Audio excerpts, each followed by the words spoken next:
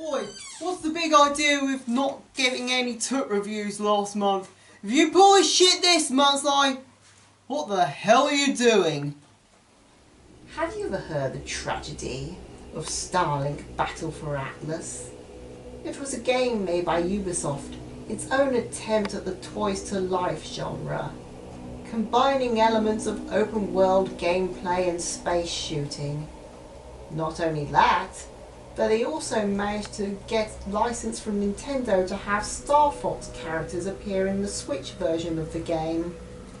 However, by the time it eventually came out, people's interest in the toys to life genre had died out long ago. Not only causing the game to fail both in the sales of toys and the game itself, but potentially ruining any chance for the Star Fox series to come back as well. Alright, we get it. Now can you stop making Star Wars references and actually get around to the review? Yeah, I think I probably should do that.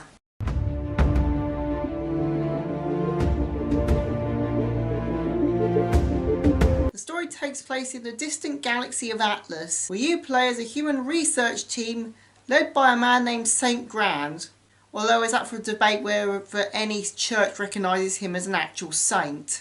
He's here to do research on a power source called Nova, only for him to get attacked by a group called the Lost Legion, who kidnap him and escape. And also in the Switch version, the Star Fox crew show up to help out the researchers. Turns out the Lost Legion are a bizarre space cult who worship and use the technology of a long-dead ancient civilization. Wow! How original! Led by some large hunchbacked feathered guy in a mask called Grax. Not to be confused with Drax from Guardians of the Galaxy, who uses these weird brain slugs on St. Grand to force him to refine Nova so it can be used to power and reactivate these ancient Legion machines, so that Grax can use them to take over the galaxy.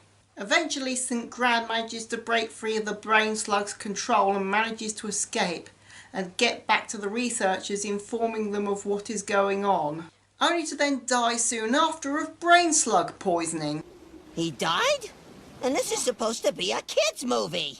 After that, and even before that, your primary objective is to gather allies, rescue the worlds from Legion occupation, as well as build starlink towers that can help you teleport to the Legion's main headquarters upon a distant star. After arriving at that headquarters, you then fight and destroy Grax's giant robot, before shooting down Grax himself and then escaping before the star can explode.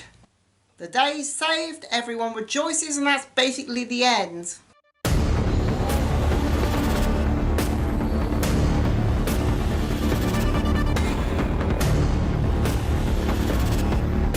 The gameplay is kind of interesting as it combines both Ubisoft's staple of third-person adventuring with 3D space shooting mechanics, and in my eyes it does a reasonably good job at both. The overall aim is to set up and defend bases on the planets, and on said planets there are plenty of places to explore containing treasures and upgrades for your ship. There are also several different types of bases you can build and upgrade.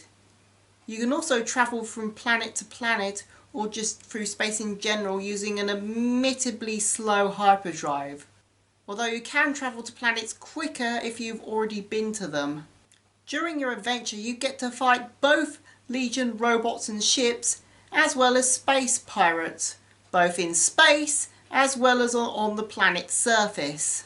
Alongside the main mission there are several side missions as well, including 2 involving the Star Fox crew, although the second one is sort of locked off unless you purchase the extra characters. There's also the Crimson Moon, where you have several side activities including racing and arena battles. And here's the main make or break point for the game, its toy to life aspect. As while you can play the game without them, as it by default gives you a ship, a character and 3 weapons, plus Fox McCloud and the R-Wing for the Switch version, the rest of the characters, weapons and ships you have to buy either through purchasing the toys or through in-game downloads. Not only that, but 2 of the types of weapons that the enemies are weak to don't come through the game by default, so you would have to purchase them digitally or physically if you wish to make fighting the enemies and solving the puzzles a bit less difficult.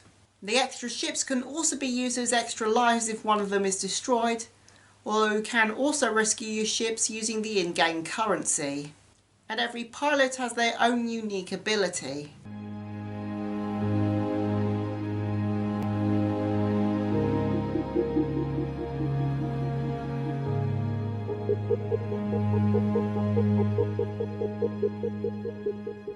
The graphics look pretty good, and as far as I can tell, there hasn't been any major downgrades between the Switch version and the other versions. And while some of the more industrial areas can look a bit drab, the environments look very good, and every world looks unique from the others. And the art style kind of reminds me of No Man's Sky in a way. And all the characters look pretty good too. And now for a bit of a musical interlude. The game soundtrack is very fitting and staple for the sci-fi genre, with a heavy focus on synthesized music, albeit not always good and jarring at times. Admittedly, it's more focused on soundscaping than actual music, and it can be kind of repetitive in places. Overall, I say it's fitting and decent for background music and sounds, but not very listenable on its own. Well, personally, I found the music fitting and immersive, but I can see why it's not everyone's cup of tea.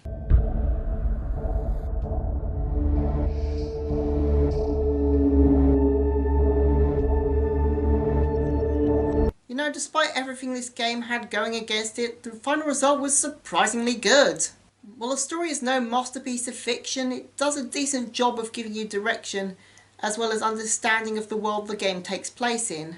In fact, it does a relatively good job at world building as a whole, and it also does a reasonably good job at combining the 3D third-person space shooter with open world game design, even if Ubisoft styles of open world can be a bit hit or miss depending on who you ask. And the music and graphics do what they're supposed to do, in spite of the latter not being to everyone's taste. And it even handles its crossover elements a lot better than many other games that I've seen. Unfortunately, it's clinging to the Toys to Life gimmick, as well as its focus on digital downloads as an alternative, unfortunately doomed this game from the start, and in my eyes that's kind of a shame.